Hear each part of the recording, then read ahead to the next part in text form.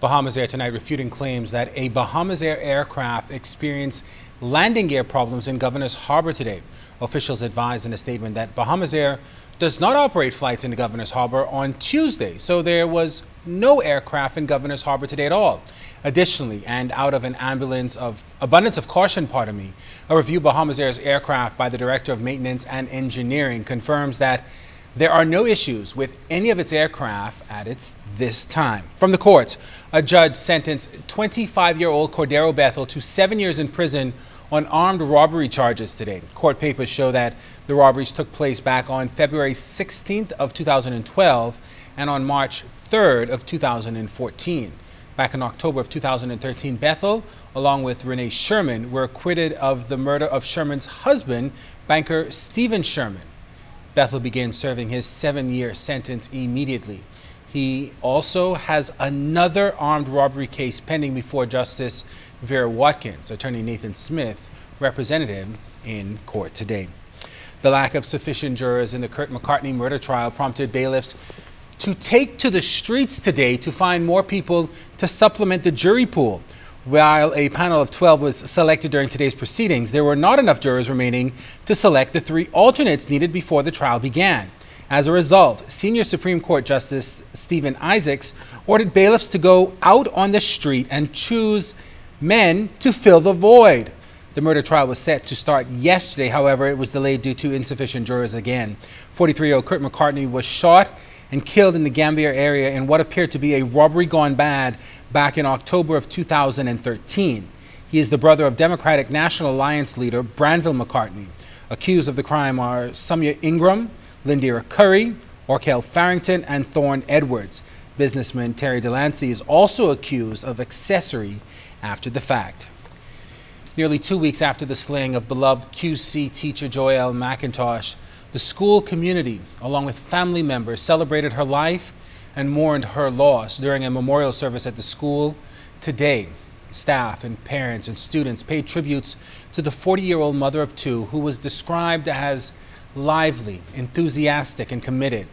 Principal Andrea Gibson says, although the primary school teacher only taught at QC for 3 years, during that time, she made a lasting impact. We're still trying to cope. The students are still talking about her. They've written a lot about her.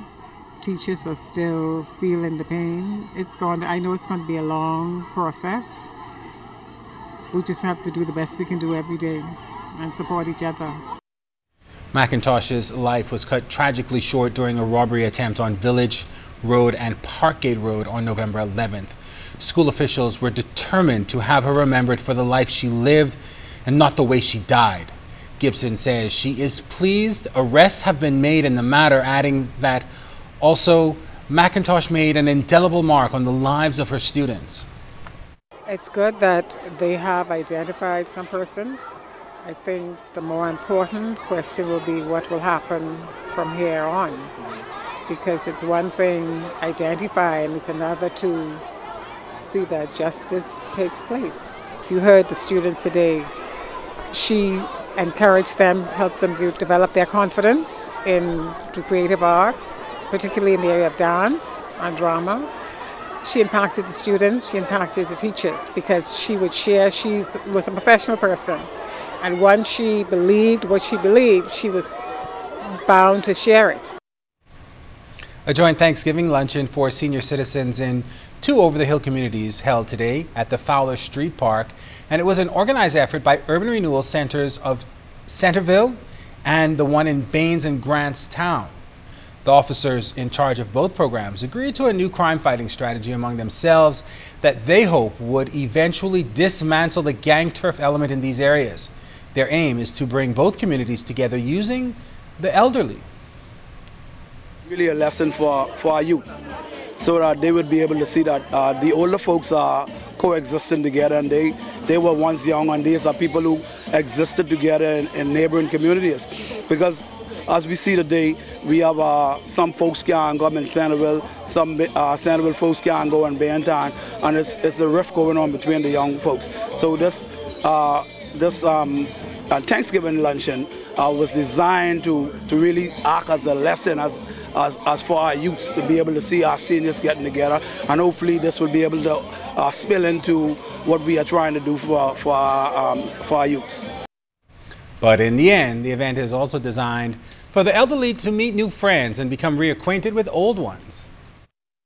Even with seniors from both communities, some of them are old friends, but because of their age, they're shut their home and they're shut in. Normally in each of our communities, we have our Senior Citizens Association. And so what we try to do now is we combine them, and so you have old friends that would normally wouldn't be able to get out to be able to come together and to actually speak with one another and things of that sort. And that is really what we're trying to do.